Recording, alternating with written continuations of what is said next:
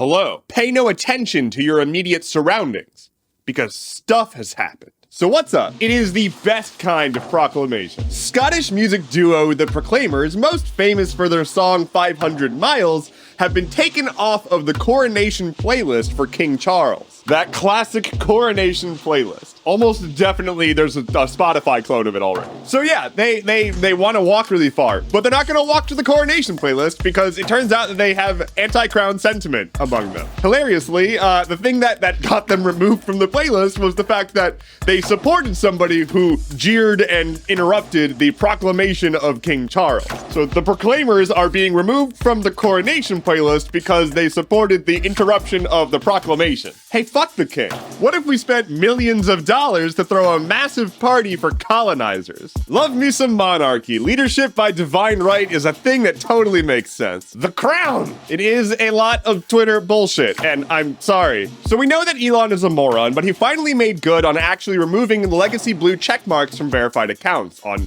420, because of course he did it on 420. But then for some reason, some random celebrity still had a check mark in which Elon said that he was paying for them himself because reasons. And like, that's pretty stupid, but even stupider is that he had a bunch of his own fanboys coming after him being like, what happened to equal representation for everyone on the platform? Why don't you pay for my Twitter blue?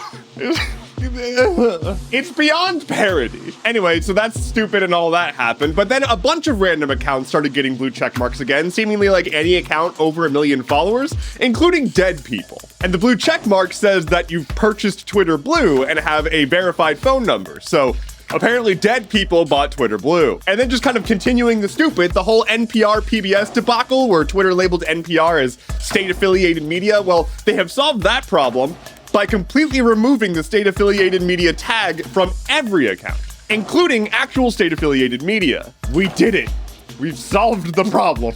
It's an actual dumpster fire, and I'm sorry that I keep talking about it, but it's wild. Are you trying to get an abortion? I have a pill for you that you can still get via the mail, because the Supreme Court has chosen to not allow immediate restrictions on mifepristone.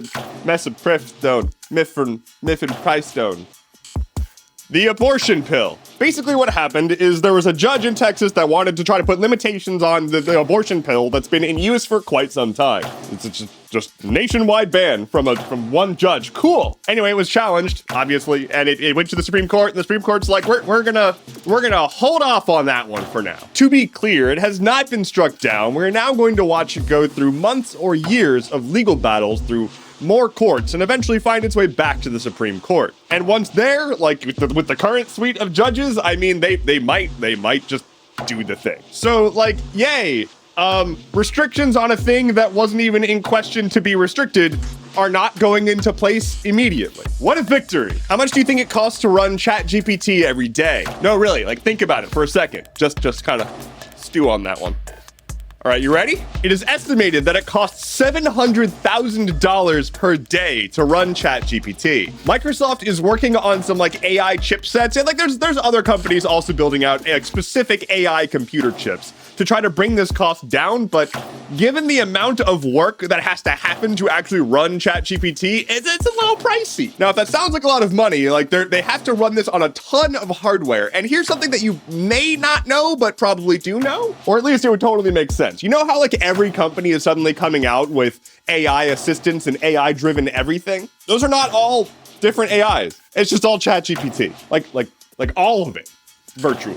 The company that runs ChatGPT, OpenAI, they have a system to allow other companies to just bake ChatGPT into other things. And so like all of these companies that very suddenly have like AI friends and AI assistants and whatnot, it's just all funneling back to ChatGPT. It's literally all the same thing. So now imagine how much money it would cost to run all of those requests. And like just one more quick general reminder that ChatGPT, it's not actual AI. Like all of these things are not actually intelligent.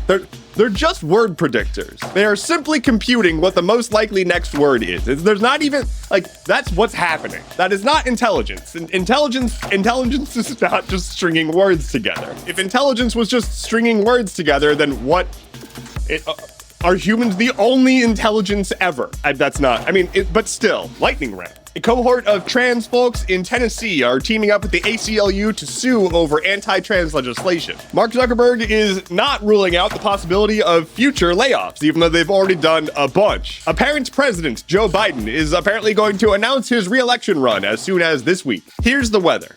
Among the fighting that's currently going on in Sudan, there has been a shelter-in-place order for Americans on the ground there. TikTok will apparently be bringing the hammer down on climate change denial content. Google CEO Sundar Pichai took home $226 million in 2022, despite having laid off thousands of people. Extremely video game Dota 2 has had a massive update that expands the map by 40% in size, among a whole bunch of other huge gameplay changes. And finally for today, so Netflix is shutting down their DVD mail service, and the CEO of Redbox was like, I wish they would let me buy that. That is all I have for you today. Thank you so much for watching. Please like, comment, subscribe, share, and